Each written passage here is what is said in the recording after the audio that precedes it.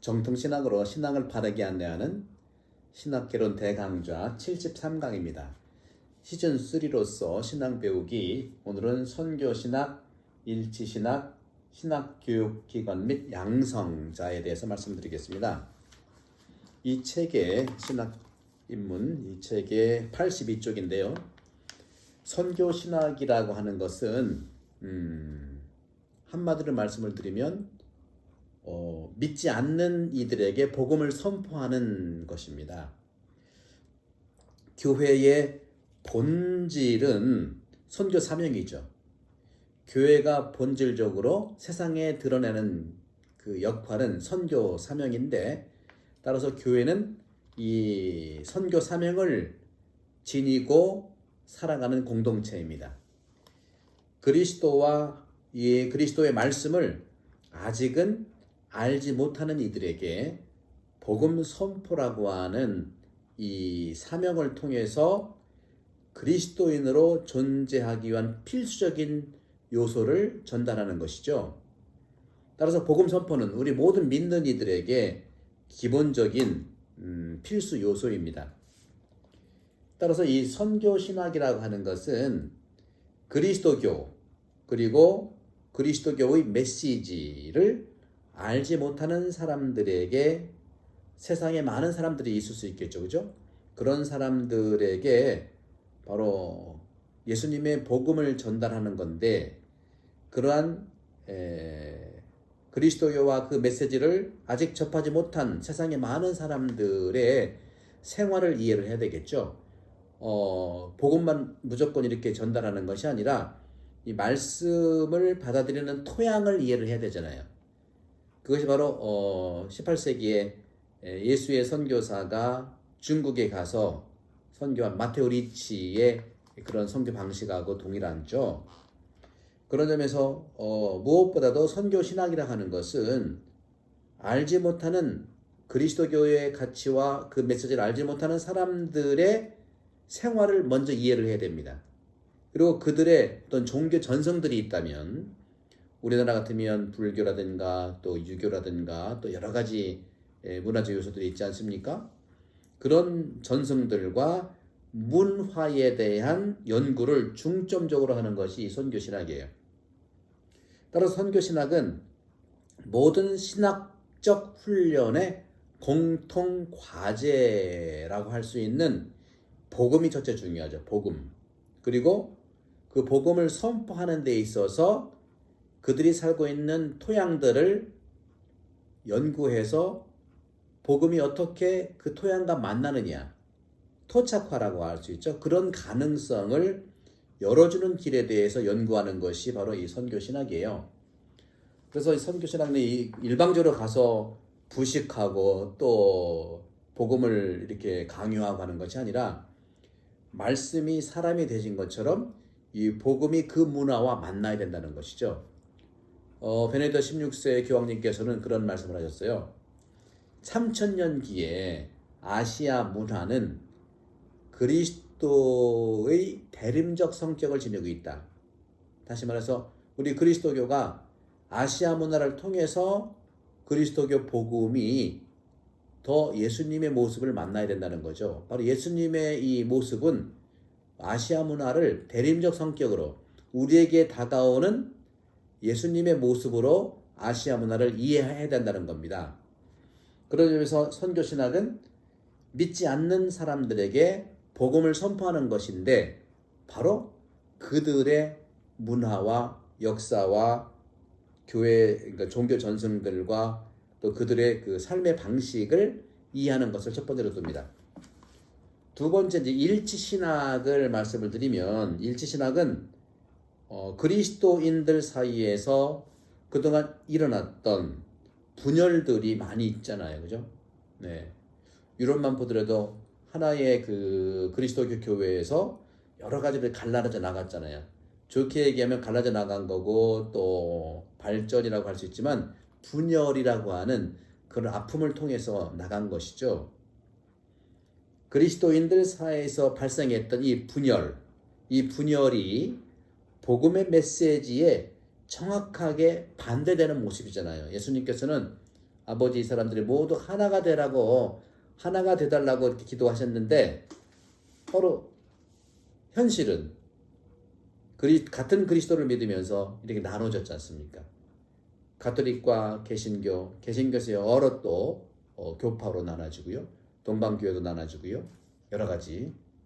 따라서 이 신학이라고 하는 것은 신학은 교회론적인 다양한 전승들을 제거하지 않는 거예요. 제거하지 않고 또 그로 하지 않는 신앙, 그 신앙 안에서 우리가 하나가 된다는 겁니다. 신앙 안에서 일치에 대한 연구를 하는 것이고 그 연구와 같은 불가피한 과제를 위임받는 것이 바로 신학이에요. 신학은 일치를 위한 목표를 향해 나가는 거 아니겠어요? 신학을 했다고 해서 자꾸 분열만 일으키면 하나님의 뜻이 아니죠. 그러나 악령의 모습이지 않겠습니까? 악령은 어쨌거나 우리를 갈라놓으려고 하는 거기 때문에 그렇죠.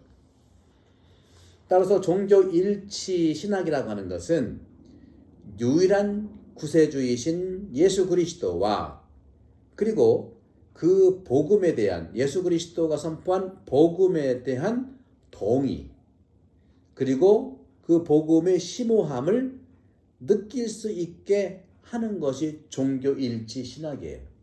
종교 일치 신학. 나아가서 그리스도교 사이에서 서로 비난하지 말고 또 폭력적으로 가지 말고 건강하게 상호 비평을 중단하지는 말자는 거죠.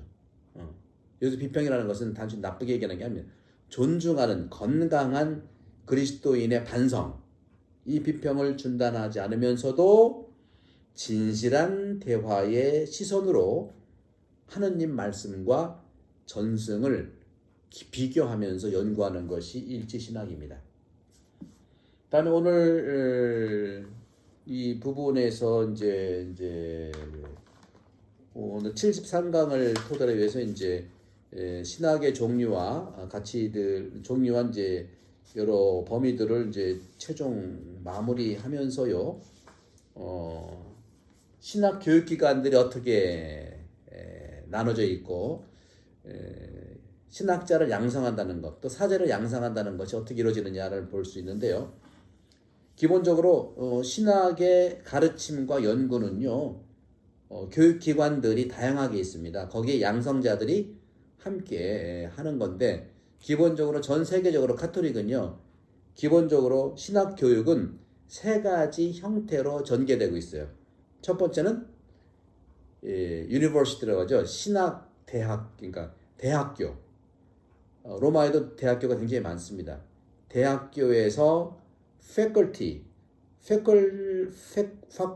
theologica라고 해서 신학학부죠. 신학부에서 신학을 배우는 것이 한 가지 메인으로 있고요.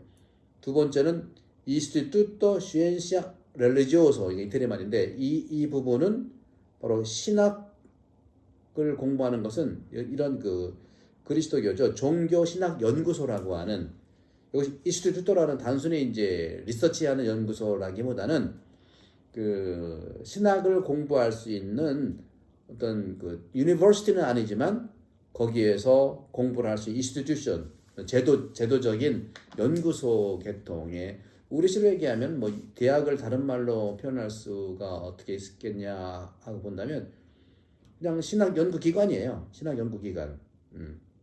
또 마지막으로 신학을 공부할 수 있는 교육기관은 한국에 있는 신학교들을 보면 됩니다. 한국에 있는 신학교가 바로 신학 양성학교예요. Scuola de Formazione Teologica, 신학 양성의 학교다. 그래서 먼저 이제 여기서 이제 신학부부터 한번 보면요. 신학부 Facultas Theologica, 신학을 공부할 수 있는 첫 번째 기관이 신학부인데요. 저도 이제 서울신학교에서 5년 동안 공부를 했어요. 5년 동안. 거기가 이제 신학부라고 하죠. 가톨릭 대학교 신학부라고 이제 하고 있죠.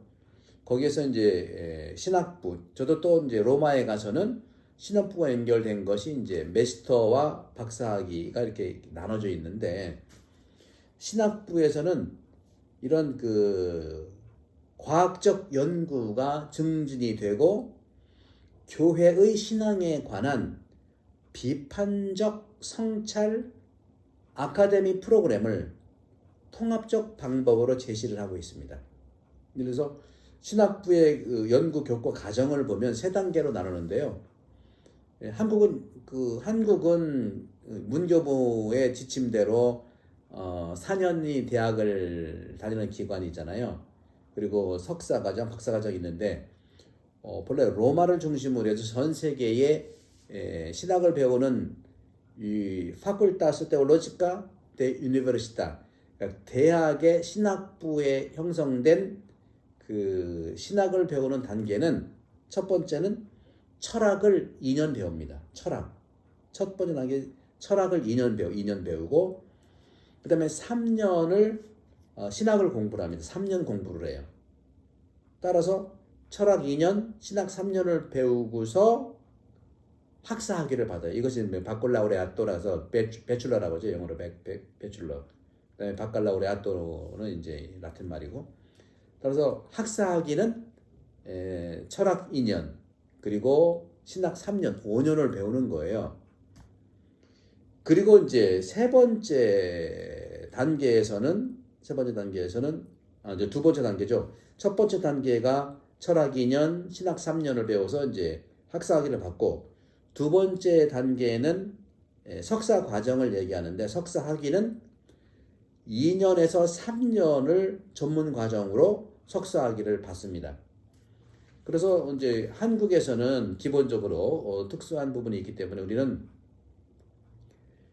이 1학년부터 4년 동안은 이제 학부라고 하고, 그다음에 대학원 과정에서 또 3년을 배워서 우리는 7년이 걸립니다. 근데 보통 로만 카톨릭에서는 사제가 되기 위해서는 똑같아요. 어느 나라든지 철학 2년 배우고, 그 다음에 신학 3년 배우고, 그 다음에 그렇게 한 다음 5년 된 다음에 부제품을 받고요. 그 다음에 석사과정 들어가서 1년을 배우고, 그 다음에 그 사제품을 받고 또 석사학위를 마무리를 짓는 겁니다. 그래서 로마에서는 보통 이 기간이 2년 또는 3년 걸려요. 그래서 학부 4년, 석사학위 과정 2년에서 3년. 이건 과목마다 약간씩 다르니까 그렇습니다. 그리고 이제 박사 과정이 있죠. 박사 과정은 세 번째 단계로서 박사 과정이 있는 겁니다. 그 다음에 이제 종교신학연구소를 보게 되면, 종교신학연구소는 보다 집중적 연구 교육 과정에서 이 신학부와 구별이 되는데, 모든 이런 종교 연구소는요, 종교 교수 양성과 지역교회 사목 생활을 위한 양성자를 위한 신학 지성 수련을 위한 기관이에요. 로마에도 그런 기관들이 꽤 많습니다. 그래서 그런 부분들을 우리가 이제 공부할 수 있고요. 다음에 끝으로 세 번째 신학교육의 세 번째는 바로 신학 양성학교, 그러니까 사제 양성학교라고 할 수 있어요. 한국의 대부분의 신학교, 지금은 6개가 신학교인데 전부 다 신학교 양성, 스콜라 데 포르마시오 테올로지카, 신학 양성학교인데, 신학 양성학교는 양성자의 기초적 양성을 담당하며 신학 지성을 목표로 해서 소개를 하는 거예요. 따라서 교회의 모든 구성원, 다시 말하면 신앙과 이성 사이의 대화라고 하는 방식을 통해서 신학 기능과 또 그것을 시작하고 또 종합적으로 또 총체적으로 어떤 수준에 오르기까지 구체화하는 필요한 방법들과 수단들을 통해서 참여하게 하는데 모든 신앙인들에게 제공되는 거죠. 한국에서도 신학을 공부하기 위해서 일반인들도 시험을 쳐서 학교에 들어갈 수가 있어요. 현실적으로 지금 수녀님들도 신학교에서 공부를 하고 있고요. 제가 다녔던 아주 거의 40년 전이죠. 33년부터 4년부터 제가 이제 학부를 다시 거의 이제 38년 전인데, 그때에도 저랑 같이 다니던 일반 교우도 있었고요, 일반 여학생들도 있었고요, 또 수련들도 있었고요, 우리 신학생들도 있었죠. 그런 점에서 모든 신앙인들에게 제공해야 되는 건데, 현실적으로 하지만 신학 공부는 사제가 되기 위한 공부로 이미 그렇게 바뀐 것 같아요. 전 세계가 좀 그렇습니다. 좀 안타까운 일인데, 아직은 그 유럽은 평신도 신학자들이 꽤 많이 있어요. 우리나라에도 평신도 여성 신학자라든가 일반 신학자들이 많이. 근데 이제 이런 경우에서 생활과 관련될 수 있는 그런 그 직업적인 차원에서는 참 안타까운 분이 많이 있지요. 우리 한국 교회가 정말 경제적으로 조금 여유가 있는 그런 교회가 된 건데, 우리 평신도 신학자, 여성 신학자들이 생활을 할 수 있을 정도의 어떤 지원이 교회적으로 좀 필요하지 않는가 하는 생각을 좀 해보면서, 마지막으로 남겨진 것은 뭐냐? 신학 활동에 대한 주제인데요. 신학을 공부하는 그리스도인은 어떤 의미에서 교회 안에서 책임감을 느끼며 살아가는 모든 인격체라고 말할 수 있어요. 여러분들, 이제 우리가 100세 시대인데, 그전에는 60세 정도면은 좀 여러 가지 어려움이 있었지만, 지금은 60세가 돼도 남은 게 한 40년 이상 남았어요. 그래, 여러분들 연세에 너무 우리가 생각하지 마시고, 이런 기회를 통해서 신학개론 대강좌를 제가 지금 벌써 70 몇 강입니까? 73강째 하고 있고, 제가 100강 정도로 해서 기획을 하고 있는데, 이 100강 정도만 충분히 들어도 여러분 신학을 할 수 있는 토대가 된 거예요. 그래서 여러분들이 기회가 되면 서울신학교라든가 다른 뭐 대구신학교라든가 또 여러 신학교 문을 두드려 보면, 뭐 신학원도 물론 있어, 신학원도 있으니까 여러분들이 이 공부하는 것을 좀 초대하고 싶어요. 이렇게 이들은 각자 지닌 이성을 바탕으로 신앙에 대한 질문들을 계속 하는 겁니다. 질문하십시오. 대답하는 신앙보다 질문하는 신앙이 우리가 더 행복하고 축복받는 삶을 살 수 있는 거죠. 이를 통해서 신학을 시작할 수 있고, 또 계시의 신비로 향해 다가갈 수 있다는 것이죠. 이런 점에서 신학은 지성에 협소한 계급적 제도로서 남겨진 것이 아닙니다. 84쪽을 보시면, 신학의 기초적인 양성의 목표는 단순히 세밀한 연구와 지성적 호기심을 충족시키는 것이 아니에요. 이는 양성자의 신학적 태도의 발전을 위해서 여러 신학적 이론들을 성찰하고 하느님의 충만한 계획을 알게 하는 것입니다. 교회 공동체의 이론이 된 사람들은 증거와 선포의 그런 질서를 바탕으로 자신의 직무를 훈련합니다. 따라서 교회 공동체 이론이 된 모든 우리 믿는 이들은 인간 이성의 결과물들로서 제시되는 이러한 사항들 안에서 행동하도록 요청됩니다. 따라서 그들은 오랜 기간 성장해 온 그리스도교적인 삶과 신앙의 표현들, 그리고 교회의 교도권의 가르침, 성경과 전승의 요소들, 여기에 대해서 신뢰를 기초로 해서 신학적인 사고를 발전시키고 있는 것이죠. 모든 그리스도인들은 예수 그리스도의 복음 선포에 대한 신앙과 함께, 그들의 신앙과 함께 지성적인 책임과 겸손과 또 진실과 함께 부르심을 받은 분들이에요. 여러분, 우리 이걸 통해서라도 많은 우리 평신도들께서 신학을 공부했으면 좋겠어요. 사도 베드로의 간절한 초대는 오늘날 신학을 공부하는 모든 이들을 일깨워 줍니다. 끝으로 베드로 1서 3장 15절의 말씀을 읽으면서 73강을 마무리하겠습니다. 다만 여러분의 마음속에 그리스도를 주님으로 거룩히 모십시오. 여러분이 지닌 희망에 관하여 누가 물어도 대답할 수 있도록 언제나 준비해 두십시오. 성부와 성자 성령 여러분 모두를 간복합니다. 감사합니다.